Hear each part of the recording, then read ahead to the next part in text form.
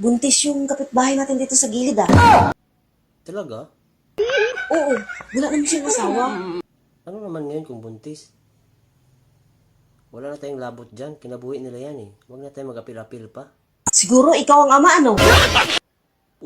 Bakit ako yung papasanginlan mo? Nabuang na kaliha? Sa kabilang gilid ng bahay natin, buntis din. Malapit ng mga anak. Huwag ka na maglabot-labot sa kinabuhi nila, oy. Maritisan mo, God. Ikaw din siguro ang ama niya. Bakit ako nalang tanan yung papasanginlan mo? Ikaw lang yung babaero dito sa lugar natin eh. Nabuang na kaliha? Ganito na ba talaga ako kagwapo para papatilawin ako ng mga silingan natin dyan? Alam kong hindi ka kagwapuhan. Pero yung iba, basta malaki pututoy, go! Naunsa naman taon kaliha, oy? Baka yung mga igsoon mo at mga kapatid mo, ako din yung papasanginlan mo. Mga buntis sa sila. Pwede rin. Baka ikaw nga.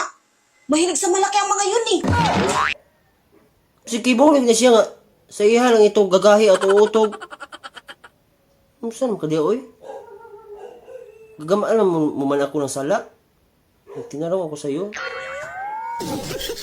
Tarong dia, oy.